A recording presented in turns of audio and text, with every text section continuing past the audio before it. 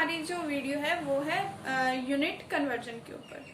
Unit conversion देखने में ये बहुत छोटा सा टॉपिक है, बट ये बहुत बहुत बहुत बहुत ज़्यादा ही इम्पोर्टेंट टॉपिक है हमारी फिजिकल केमिस्ट्री के लिए। स्पेशली फिजिकल केमिस्ट्री में आपको सब कुछ न्यूमेरिकल बेस मिलते हैं। आपको बहुत सारे न्यूमेरिकल्स करने पड़ते हैं, thermodynamics, equilibrium, chemical kinetics, pH वगैरह के आप न्यूमेरिकल्स करते हो, आप और भी बहुत सारे न्यूमेरिकल्स करते हो। ठीक है, फिजिकल में तो न्यूमेरिकल्स ही न्यूमेरिकल्स होते हैं।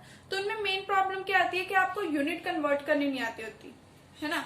यूनिट कन्वर्ट आपको कई बार ऐसा होता है आती होती है, बट आप इतने तेज हड़बड़ी में क्वेश्चन सॉल्व करते हो, आप देखते नहीं हो कि वहां पे पूछा हुआ है कि यूनिट कन्वर्ट करनी है, तो आपका हो जाता है आंसर गलत। सबसे पहली बात तो मैं आपको हर लेक्चर में बोलती हूँ कि आपको जब भी न्यूमेरिकल दिया हो आपने उसको अच्छे से पढ़ना है, पढ़ के अपना गिवन लिख लेना है फटाफट से, और जो भी उसमें बोला है कि हाँ आपको इसको इसमें कन्वर्ट करना है। लेट अस सपोज कि आपको टाइम निकालने को के लिए कहा है और आपको दिया उन्होंने वहां पे सेकंड्स में है, आपने आवर्स में निकाल दिया, तो भी आपका आंसर गलत हो जाएगा। तो आपको ये ध्यान रखना है। दूसरा, आपको ये देखना है कि आप जो भी चीजें यूज कर रहे हो वो क्या सेम यूनिट्स में है कि नहीं। मीन्स कि अगर वो ऐसे यूनिट में पूछा है तो ऐसे यूनिट में ही है, अगर सीजीएस में पूछा है तो सीजीएस में है सारे। ठीक है, मतलब सेम यूनिट हो। अगर कुछ उन्होंने कहीं मेंशन नहीं किया हो तो भी आपको उसमें सेम यूनिट ही लेके चलनी होती है। कि लाइक आपको अगर मान लो एक जो है क्वांटिटी मीटर में दे रखी है तो दूसरी क्वांटिटी सेंटीमीटर में दे रखी है, आप यहाँ तो उस दोनों को मीटर में कन्वर्ट कर लो या दोनों को सेंटीमीटर्स में कन्वर्ट कर लो, तभी तो वो कैंसिल हो पाएंगी, तभी तो आपके पास जो रिजल्ट आएगा उसकी एक पर्टिकुलर यूनिट आ पाएगी, अदरवाइज नहीं आएगी। ठीक है, तो इन चीजों का बहुत ख्याल रखना होता है। तो इसी के लिए मैं आपको आज कुछ थोड़ी सी यूनिट कन्वर्जन सिखाऊंगी कि आपको ये करनी है। और आप इसका एक पेज पे जो भी आपकी फिजिकल केमिस्ट्री की नोटबुक होगी ना, उसके फर्स्ट पेज पे ये सब लिख लेना। ठीक है, तो जब भी आप खोलोगे उसका सारा ध्यान आपका उसके ऊपर जाएगा, आपको याद रहेंगी। ठीक है, तो जैसे फर्स्ट हम बात करते हैं वॉल्यूम की। वॉल्यूम को किस में मेजर करते हैं? लीटर्स में। किसी से भी पूछोगे आप बोलोगे लीटर्स में। ठीक है, बट इसकी और भी यूनिट्स होती हैं। आप इसको मीटर क्यूब में भी मेजर कर सकते हो, आप इसको सेंटीमीटर क्यूब में भी मेजर कर सकते हो, डेसीमीटर में भी मेजर कर सकते हो, मिलीलीटर में भी मेजर कर सकते हो। बहुत सारी इसकी यूनिट्स होती हैं। ठीक है, तो यही देखना है कि अगर आपको न्यूमेरिकल में लीटर दे रखा हो बट आपको किसी और यूनिट में आंसर चाहिए हो, ठीक है, तो आप क्या करोगे? 1 लीटर। 1 लीटर सबको पता होता है कि कितने ml के बराबर होता है। 1 लीटर कितने ml के बराबर होता है? 1000 ml के बराबर होता है ना। 1 लीटर कितने ml के बराबर होता है? 1000 ml के बराबर होता है। अब वॉल्यूम का मतलब क्या है? 1 लीटर का मतलब क्या है कि आपके पास कोई ऐसा बॉक्स है, एक ऐसा क्यूब है, मान लो एक ऐसा क्यूब है जिसकी जो लेंथ है वो 1 मीटर है। ठीक है, जिसकी लेंथ भी 1 मीटर है, उसकी ब्रेड्थ भी 1 मीटर है, उसकी हाइट भी 1 मीटर है। तो जब आप उसको one length, breadth and height को मल्टीप्लाई करते हो तो आपके पास आंसर क्या आता है? 1 मीटर क्यूब। और जो 1 मीटर क्यूब होता है वो किसके बराबर होता है? 1000 लीटर्स। 1000 लीटर्स के बराबर होता है।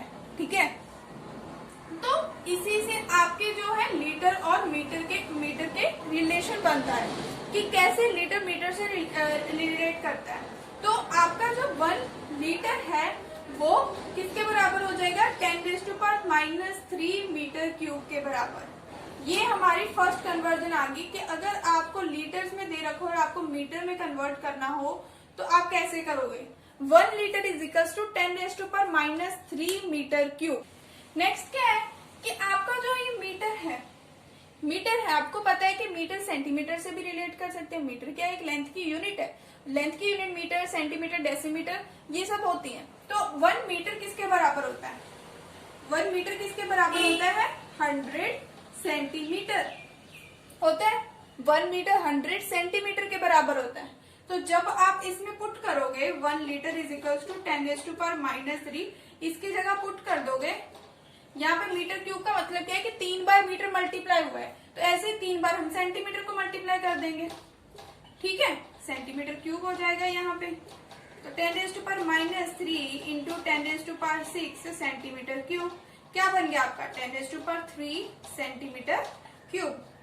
जो 1 लीटर होगा वो किसके बराबर आ जाएगा?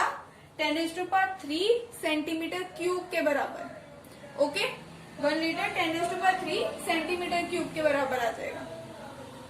अब कईयों को ये भी नहीं पता होगा कि 1 मीटर जो है वो 100 सेंटीमीटर के बराबर होता है ना।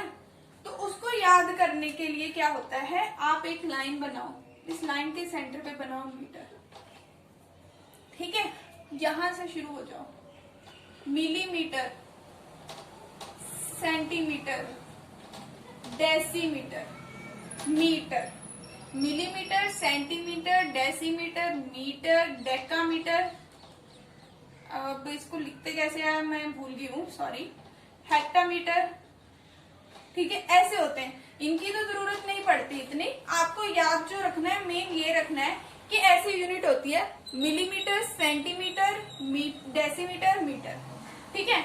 जो मीटर होते हैं वो होती है सबसे बड़ी यूनिट, यहाँ तक आते आते आपकी जो यूनिट की वो है वो इंक्रीज करती जाती है, ठीक है। तो जब भी आपने इनके बीच का जो डिफरेंस होता है ना वो होता है 10-10 का, ठीक है, 10-10 का डिफरेंस होता है। कैसे, जब भी आपने मीटर को डेसीमीटर में कन्वर्ट करना है तो इधर को जाते हुए आप क्या करोगे, मल्टीप्लाई करोगे, 10 को मल्टीप्लाई करोगे इधर जाते हैं। तो जब आप नीचे से ऊपर आओगे, मतलब पीछे से आगे को आओगे, तो आप क्या करोगे, डिवाइड करोगे 10 को, ठीक है। मीटर से डेसीमीटर जाना है तो 1 मीटर किसके बराबर हो जाएगा, 10 डेसीमीटर के, ओके। मीटर से सेंटीमीटर जाना है तो 10 × 10 क्या हो जाएगा, 100 सेंटीमीटर के बराबर। सिमिलरली मीटर से मिलीमीटर जाना है तो किसके बराबर हो जाएगा, 1000 मिलीमीटर। ये तो है लेंथ की टर्म में, ठीक है, ये तो है लेंथ की टर्म में। वहीं आपको लीटर्स की बात कर लेते हैं, वॉल्यूम टर्म्स की बात करते हो तो वहां पे मिलीलीटर, सेंटीलीटर, डेसीलीटर, लीटर आ जाएगा, ठीक है। तो ऐसी यूनिट आती है। तो ये हमारे पास मीटर का डेसीमीटर, सेंटीमीटर और मिलीमीटर के साथ रिलेशन है। वहीं अगर आपको कहीं पे सेंटीमीटर को डेसीमीटर में कन्वर्ट करना पड़ गया तो आप क्या करोगे 1 सेंटीमीटर को डेसीमीटर में कन्वर्ट करना। मैंने क्या बोला, जो भी इनके बीच में डिफरेंस है, अगर आप जाओगे बड़े से छोटे की तरफ जाते हो तो आपने मल्टीप्लाई करना है, छोटे से बड़े की तरफ आते हो तो आपको डिवाइड करना पड़ेगा, ठीक है। तो आप छोटे से बड़े की तरफ आ रहे हो तो इसका मतलब क्या है, 1/10 डेसीमीटर, ओके। समझ आई बात। ये आपको एक याद करवाने का मेरा मेथड है, बाकी आपको किसी और तरीके से होता है या तो अच्छी बात है, ठीक है। ये आपके पास कुछ नॉर्मल सी आ गई वैल्यूज कि मीटर किसके बराबर होता है, सेंटीमीटर किसके बराबर होता है। अब इसी को यूज करके हमने वॉल्यूम टर्म्स निकाली। वॉल्यूम टर्म्स में 1 लीटर को 10⁻³ मीटर क्यूब के बराबर लिखा, और जब हमने मीटर को सेंटीमीटर में चेंज करा तो 1 लीटर 10⁻³ सेंटीमीटर क्यूब के बराबर आ गया, राइट। अगर मैं मिलीलीटर और मीटर क्यूब का रिलेशन देखूं, मिलीलीटर और मीटर क्यूब का रिलेशन देखो अगर इन दोनों का, तो आपको साफ साफ दिख रहा है कि हमारे पास 10⁻³ मीटर क्यूब जो होगा वो किसके बराबर होगा, 10⁻³ मीटर क्यूब किसके बराबर होगा, 1000 ml के बराबर। ये देखो कैसे होगा,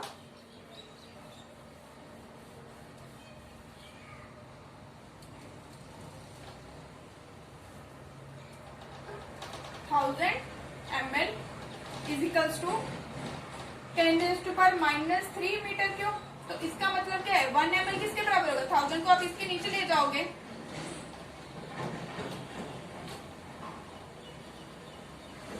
तो 1 ml is equals to 10⁻⁻6 metre cube, ठीक है। 1 ml is equal to 10⁻⁻6 metre cube. और अगर मैं इसको सेंटीमीटर से रिलेट करूं तो 1 मीटर किसके बराबर होता है, अभी बेटा 10⁻² के 100 के होता है ना। तो ये किसके बराबर हो गया, 1 ml 10⁻⁻6 + 6 हो जाएगा सेंटीमीटर क्यूब। मतलब क्या है, जब किसी चीज की पावर 0 हो जाए तो 1 हो जाते हैं ना। ये आ गया आपके पास रिलेशन। कहीं पे अगर ml लिखा हो या सेंटीमीटर क्यूब लिखा हो एक ही बात होगी, ठीक है। ये नहीं कहना कि आपको मिलीलीटर में पूछा है अब क्या करें, यहाँ पे तो सेंटीमीटर लिखा हुआ है। मिलीलीटर और सेंटीमीटर दोनों एक इक्वल होते हैं, ठीक है। ये आज से आपने ये दिमाग में बात बिठा लेनी है, ओके। तो ये आपके पास कुछ रिलेशंस आ गए जो वॉल्यूम की टर्म में है। अब नेक्स्ट हम बात करते हैं प्रेशर टर्म की। प्रेशर की आपने जनरल कॉमन यूनिट्स पढ़ी होंगी ATM। Atmospheric pressure. स्टैंडर्ड जो आपकी जो इसकी यूनिट्स होती हैं प्रेशर की, वो होती है एटीएम। हम बोलते हैं कि हमारे एटमॉस्फेयर का इतना प्रेशर है, इतना प्रेशर है, ठीक है, तो वो एटीएम में देखते हैं। दूसरी आपने अगर किसी ने सुनी होगी तो वो यूनिट होगी, आपने सुनी होगी millimetres of Hg. Millimetres of Hg.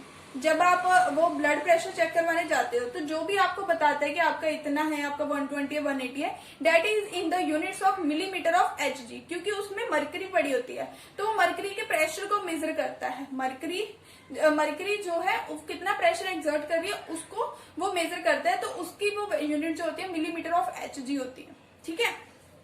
तो चलो प्रेशर की बात कर रहे हैं हम, तो प्रेशर की जो सबसे कॉमन यूनिट है वो एटीएम होती है।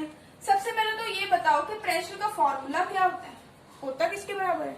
प्रेशर मतलब होता है कि कितना फोर्स एक्सर्ट हुआ हमारे पास एक यूनिट एरिया में। किसी चीज ने, अगर मैं खड़ी हूं तो जो फ्लोर है उस फ्लोर के ऊपर कितना प्रेशर एक्सर्ट हो रहा है, ठीक है, उस फ्लोर के ऊपर कितना कितना फोर्स लग रहा है। पेन नहीं है मेरा, मैं इसको चला रही हूँ, कितना फोर्स लग रहा है इस एक यूनिट एरिया में, दैट इज द प्रेशर, ठीक है, दैट इज द प्रेशर। तो pressure is equals to force upon area. Okay, force की जो ऐसे यूनिट्स होती है वो होती है न्यूटन्स, एंड जो एरिया होता है उसकी यूनिट्स होती है मीटर स्क्वायर, राइट। तो ये बन गया न्यूटन पर मीटर स्क्वायर। ये प्रेशर की ऐसे यूनिट्स है, ठीक है, प्रेशर की ऐसे यूनिट न्यूटन पर मीटर स्क्वायर है।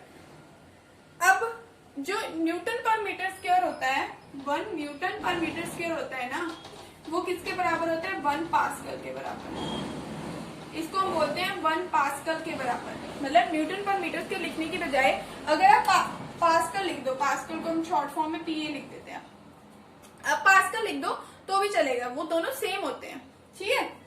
तो जो आपके पास 1 एटीएम होता है, जो आप 1 एटीएम करते रहते हो कि आपका एटमॉस्फेरिक प्रेशर 1 एटीएम है, 1 एटीएम है, वो रियलिटी में कितने पास्कल्स के बराबर होता है? वो होता है 101325 पास्कल्स के बराबर। इतनी बड़ी यूनिट होती है हमारी एटीएम। 101325 पास्कल्स के बराबर होता है, ठीक है।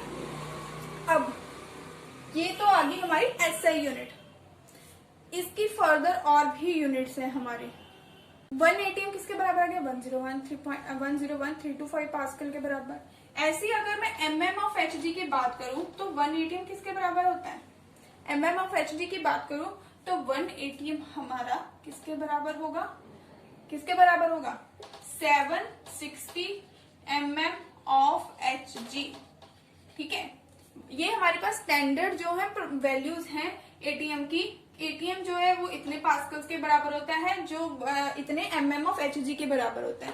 अब अगर पहले हम इसको देखते हैं और यूनिट्स में कन्वर्ट करते हैं कि हमारे पास अगर पास्कल को किलो पास्कल में चेंज करना हो तो क्या करेंगे? आप 1000 से डिवाइड कर दोगे।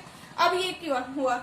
जैसे मैंने आपको ये बताया था, लाइन बताई थी ना, तो यहाँ पे आपके पास मीटर था, यहाँ पे क्या था? डेकामीटर, यहाँ पे था हेक्टामीटर, यहाँ पे था किलोमीटर।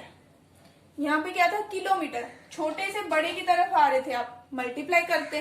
बट अब यहाँ पे आप पास्कल की बात कर रहे हो तो आप अगर इसको pascal, Deka pascal, hecto pascal या किलो पास्कल लिख दो तो किलो से आप मीटर की मतलब छोटी यूनिट की तरफ जा रहे हो, तो आप क्या करोगे? डिवाइड करोगे। कितने से करोगे? 1000 से डिवाइड कर दोगे, ठीक है।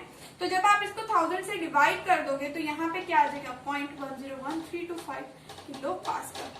1 atm is equals to 101.325 kilo pascal के बराबर आ गया। अब इसकी प्रेशर की एक और यूनिट होती है जिसको हम बोलते हैं बार, ठीक है। तो जो 1 पास्कल होता है, जो 1 बार होता है ना, वो बड़ा होता है पास्कल से। कितना? वो 10⁵ टाइम्स ऑफ पास्कल होता है। 1 bar is equals to 10⁵ pascal, ठीक है। ये बड़ा होता है पास्कल से 10⁵ पास्कल। तो जब आप इस पास्कल की जगह इसको पुट कर दोगे तो 1 एटीएम किसके बराबर हो जाएगा? 101,325 इंटू 10⁵ बार, या फिर अगर आप बात करो किलो पास्कल्स की तो 101.325 इंटू 10⁵ किलो बार। ये हो जाएगी आपके पास यूनिट्स। 10⁵ आया। अगर आप इसको थोड़ा सा वो करने की कोशिश करो, पॉइंट्स में लाने की कोशिश करो, तो पॉइंट्स में क्या होगा 1 2 3 4 5। अगर आप इसको पॉइंट्स में बना दोगे किसके बराबर आ जाएगी 1.01325 बार। कौन आ जाएगा 1 ATM। ठीक है, 1 ATM की जो यूनिट्स है वो किसके बराबर है 1.01325 बार के बराबर। 1 ATM कितने पास्कल्स के बराबर है 1.01325 पास्कल के बराबर। और इन दोनों के बीच की जो कड़ी है पास्कल से बार की जो है वो क्या है 10⁵ पास्कल्स वाली। तो ये मेन जो है 3 आपको पता होनी चाहिए। अब उसके बाद क्या है जो ATM है 760 mm ऑफ Hg होता है। ठीक है, ओके आपने कुछ न्यूमेरिकल्स में स्पेशली जैसे अगर आप काइनेटिक्स वगैरह की करते हो, मैंने आपको करवाई भी हैं, तो आपने देखा होगा एक प्रेशर की एक और यूनिट होती है टॉर। ज्यादातर इसको यूज तो नहीं करते हैं न्यूमेरिकल्स में, बहुत कम रेयर मैंने देखे हैं। ठीक है, तो ये जस्ट ऑब्जर्वेशन है, बाकी आई डोंट नो। ठीक है, तो टॉर हमारे पास ये भी एक प्रेशर की यूनिट होती है। टॉर जो होता है 1 टॉर होता है ना वो 1 mm ऑफ Hg के बराबर ही होता है। ठीक है, 1 mm ऑफ Hg के बराबर ही होता है। तो इसलिए ATM और टॉर का रिलेशन भी यही आएगा 760 टॉर।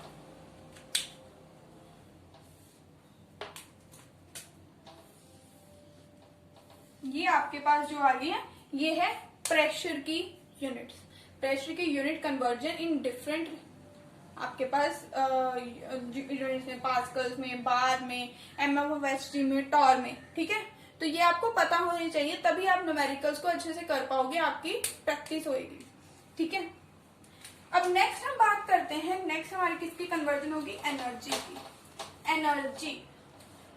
एनर्जी को जनरली हम सबसे पहले करने के लिए किससे रिलेट करते हैं गैस कांस्टेंट से, गैस कांस्टेंट की यूनिट से। गैस कांस्टेंट क्या होता है आर।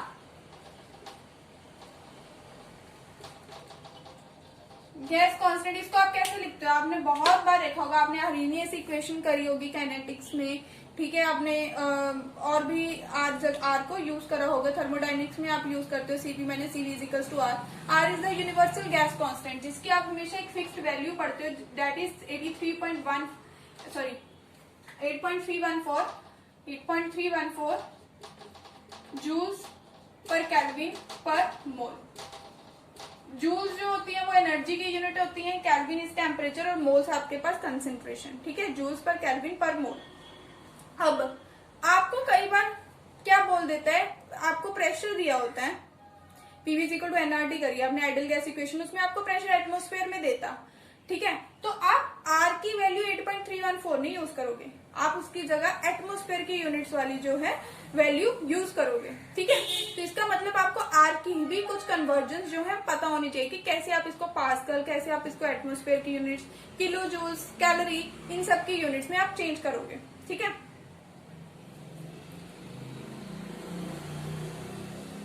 तो जब आप इसको एटमॉस्फेयर से रिलेट करते हो तो ये किसके इक्वल टू आता है 0.0821 लीटर एटमॉस्फेयर। जूल्स की जगह आ जाता है लीटर एटमॉस्फेयर पर केल्विन पर मोल। इसका मतलब हम जूल को लीटर एटमॉस्फेयर से रिलेट कर रहे हैं। ठीक है, पर केल्विन पर मोल ये आपके पास आती है एटमॉस्फेयर की यूनिट्स में। आपने एटमॉस्फेयर को बार से रिलेट करा था, राइट। आपने पढ़ा था कि जो 1 एटमॉस्फेयर होता है, अभी हमने पढ़ा है 1 ATM = 1.01325 बार के बराबर होता है। तो जब आप इसको इसमें पुट कर दोगे तो ये किसके बराबर आ जाएगा 8.314 इंटू 10⁻⁻² लीटर बार केल्विन पर मोल। मतलब हम इसको ऐसे लिख सकते हैं 0.08314 लीटर बार पर केल्विन पर मोल। ठीक है, ये तो आ गया आपके पास बार की फॉर्म में, राइट, बार की फॉर्म में। अब जो आपके पास बार होता है वो 10⁵ पास्कल के बराबर होता है, राइट। तो आप आर को in the form of pascal कैसे लिख सकते हो? 0.08314 इंटू 10⁵ लीटर पास्कल पर केल्विन पर मोल। यूनिट ध्यान से लिखनी है, एक आध अक्षर खा नहीं जाना कि लीटर को छोड़ दिया, नो। ठीक है, ये आ गया आपके पास 8.314 इंटू 10⁵ लीटर पास्कल पर केल्विन पर मोल। ठीक है, तो ये किसके इक्वल हो गया? 8.314 10⁵ पास्कल को कैसे लिख सकते हैं हम? किलो पास्कल लीटर पर केल्विन पर मोल। ठीक है, तो ये फाइनली आपके पास जो है वो पास्कल की, किलो पास्कल की फॉर्म में यूनिट्स बनी। ये आपकी जो है लीटर बार की फॉर्म में यूनिट्स बन गई। ठीक है, और ये आपकी एटमॉस्फेयर की फॉर्म में है, और ये तो आपकी वैल्यू पता ही है आपको किसकी, जूल्स की फॉर्म में है। ठीक है, ये है इसकी आर की कुछ कन्वर्जन्स। ठीक है, अब एक और होती है वैल्यू कैलोरीज। आपको पता याद ही रखना है, ये तो बहुत सिंपल है कि आर जो होता है वो 2 कैलोरीज पर केल्विन पर मोल के बराबर होता है। अब ये क्यों होता है? ठीक है, अगर आप इसको रिलेट करना चाहो जूल्स को कैलोरी से, तो जो हमारे पास कैलोरी होती है वो कितने बराबर होती है? 4.314 जूल्स के बराबर। तो जब आप इसकी जगह इसको पुट कर दोगे, जूल की जगह कैलोरी को पुट करोगे तो 1/4.314 आ जाएगा। ठीक है, तो यहाँ पे आपने जूल्स की जगह पुट करा, तो ये आप डिवाइड करोगे तो अप्रोक्सीमेटली जो आंसर होता है वो 2 के बराबर आता है, 2 कैलोरीज पर केल्विन पर मोल। ठीक है, ये है कुछ कन्वर्जेंस गैस कॉन्स्टेंट की। तो ये कन्वर्जेंस आपने याद करनी है, आपको आपने रिवाइज करते रहना। जब भी आप न्यूमेरिकल करो तो सबसे पहले इस पूरे पेज को आप अच्छे से पढ़ लेना। ठीक है, ताकि आपको याद रहे हर न्यूमेरिकल के टाइम पे। और वही कि आपने अच्छे से ध्यान से हर चीज को पढ़ना है न्यूमेरिकल करते वक्त, जल्दबाजी नहीं करनी है। ठीक है, सही आप टाइम के चक्कर में, नंबर लेने के चक्कर में आप गलत ले जाते हो, आपको पता भी नहीं चलता, एग्जाम के बाद पता चलता है कि ये तो मैंने किया ही नहीं। तो पहले ही आप ध्यान से रखो, मतलब ऐसा है कि हाँ ठीक है टाइम कम होता है पर आपको एक्यूरेसी भी तो दिखानी है। ऐसा तो नहीं है कि टाइम कम है तो आपने 100 के 100 क्वेश्चन अटेम्प्ट कर दिया, नंबर उसमें एक भी ना है ना। तो नंबर जो होते हैं वो एक्यूरेसी के मिलने हैं आपको, है ना। एक्यूरेसी भी होनी चाहिए, टाइम एंड एक्यूरेसी दोनों इकट्ठे चलेंगे। ठीक है, सबसे पहले आप प्रैक्टिस करें कि आप जितने क्वेश्चन करें उतने आप एक्यूरेट कर पाए, मतलब ज्यादा से ज्यादा आप एक्यूरेसी लेके आए पहले। ठीक है, फिर जब आपकी एक्यूरेसी आनी शुरू हो जाएगी तो देन आप टाइम मैनेज करना शुरू करें कि आपको इतने में इतने एक्यूरेट क्वेश्चन, इतने क्वेश्चंस प्रैक्टिस करने, इतने में इतने आपका होने चाहिए। ठीक है, तो टाइम मैनेजमेंट और एक्यूरेसी दोनों को साथ लेके चलना है। ओके, होप कि आपको ये वाला लेक्चर बहुत हेल्पफुल रहेगा आपके एग्जाम्स की प्रेपरेशन में। ठीक है, तो थैंक यू सो मच। बाकी आप मेरे चैनल को do like share and subscribe to my channel. ज्यादा से ज्यादा शेयर करें अपने फ्रेंड्स को ताकि उनको भी ये बेनिफिट हो सके। ठीक है, उनको ये यूनिट कन्वर्जेंस कोई नॉर्मल टॉपिक नहीं है, ये ज्यादातर बच्चों को कंफ्यूजन रहती है। ठीक है, तो ये आपको आना चाहिए, तो अपने फ्रेंड्स के साथ शेयर करें, बेल आइकन दबाएं ताकि आपको नेक्स्ट नोटिफिकेशन आ जाए लेक्चर की। ठीक है, और कुछ भी डाउट होता है तो आप प्लीज मुझे कमेंट कर दिया करें तो ताकि मैं उसको जल्द से जल्द क्लियर कर दूं। ठीक है, एंड सेकेंड थिंग कि अगर आपको कुछ भी लगता है कि हाँ मैंने कई बार कराते कराते गलती हो जाती है, ठीक है, तो कहीं पे मैंने गलत कर दिया है, ठीक है, या कहीं पे कमी पेशी है, तो आप प्लीज वो भी मुझे बता सकते हैं, अपनी फीडबैक मुझे दे सकते हैं। ठीक है, थैंक यू सो मच।